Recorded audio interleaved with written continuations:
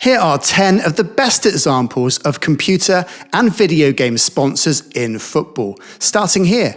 In 1988, when computer giant Commodore sponsored Chelsea. It was in fact Chelsea's first ever sponsor to appear on their shirt and saw them partner with the club from the late 80s through to the launch of the Premier League. At the time, it was one of the biggest sponsorship deals in English football at a reported £1.25 million. And away from the Chelsea blue, the Commodore era also produced some cult away kits, most notably an Umbro Classic featuring a dynamic red checkered pattern. The sponsorship deal morphed into Amiga for the 93-94 season, Amiga now being under the Commodore umbrella. However, the partnership came to a crashing end when Commodore filed for bankruptcy and ceased operations in 1994, just as the season was about to end. But also in the early 90s, Nintendo partnered with Sevilla for just one season in 1992-93, with the Spanish giants featuring Super Nintendo on the front of their shirts. And this campaign also coincided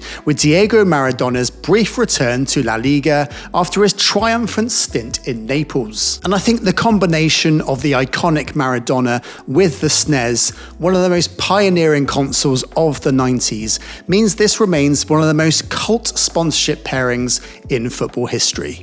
Slightly away from gaming per se, Tottenham Hotspur was sponsored by Hewlett Packard from the mid-90s until the end of the decade. HP were an American IT company, and whilst not strictly a gaming console, many people would have spent the 90s playing games like Sensible Soccer and Championship Manager on their PCs. And Hewlett Packard returned for a one-year retro revival in 2013 and 14. Although Spurs were strictly sponsored by Autonomy, Hewlett Packard bought the company and decided to put their own logo on the front of the shirt for the final year of the contract. Oh, that reminds me, make sure you give this video a like and subscribe to the channel, as it really helps me beat the YouTube algorithms. Back to Nintendo now, and possibly the greatest gaming sponsorship in football history.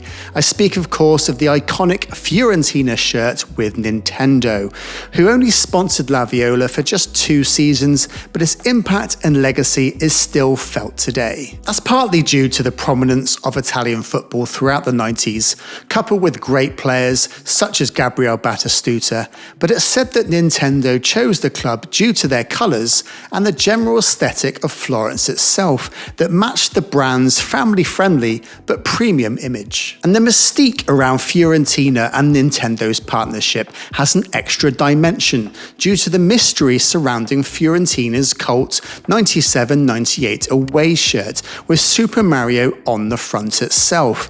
The shirt has attained almost mythical status amongst collectors. Despite pictures circling around on social media, the legend went that only 300 of them were actually produced at the time, yet it seems that no one's actually ever seen or owned one. Still to this day, it's not been 100% confirmed or denied, even by the club itself, that that shirt existed, and it's just another ingredient that makes the Fiorentina and Nintendo partnership one of the greatest sponsorship tie-ins of all time. Arsenal also started a deal in the late 90s with Sega.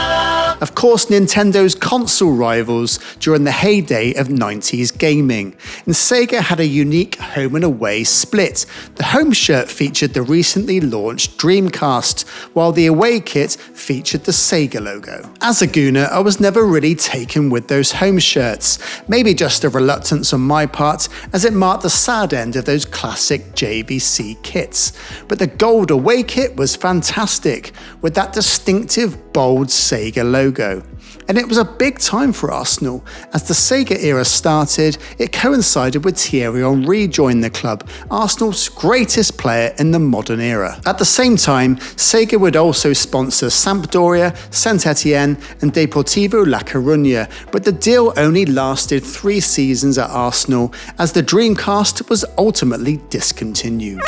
Now to Manchester City, who these days have a consistent sponsor, for obvious reasons.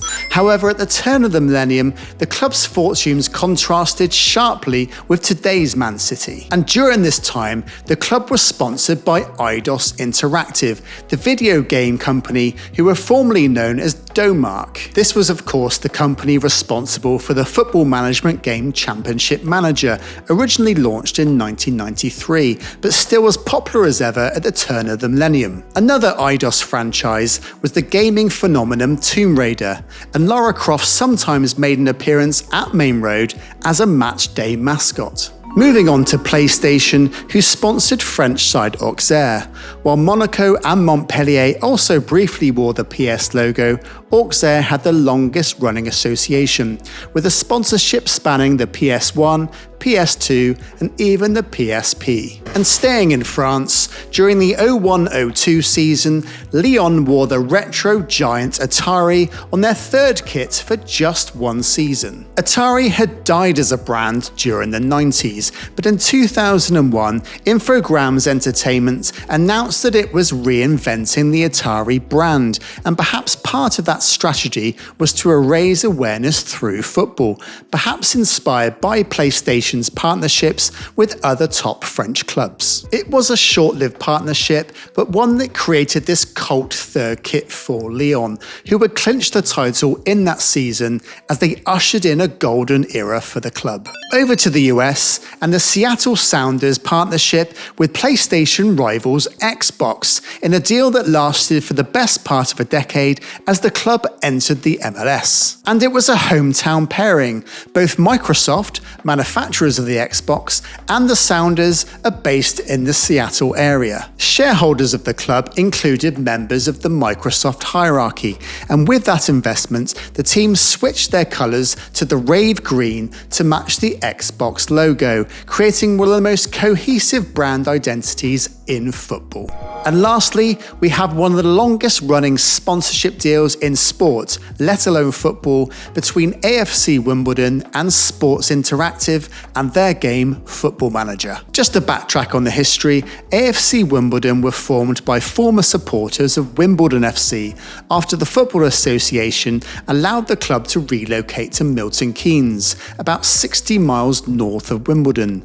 Most of the supporters were strongly opposed to the club moving so far away from Wimbledon and set up AFC Wimbledon in protest. The creators of Football Manager were so appalled by the story that they contacted the founders of the fan-owned AFC Wimbledon and offered them a sponsorship deal, and have remained on the front of their kits through their rise from non-league to the Football League. And it's an interesting symmetry, as the founders of Sports Interactive, who originally started the Championship Manager series we discussed back in 1994, themselves split from Eidos to form Sports Interactive and started the new series that would become Football Manager. Football Manager has also sponsored Watford and another non-league startup in #United, but it's the enduring legacy between Sports Interactive and AFC Wimbledon that has stood the test of time.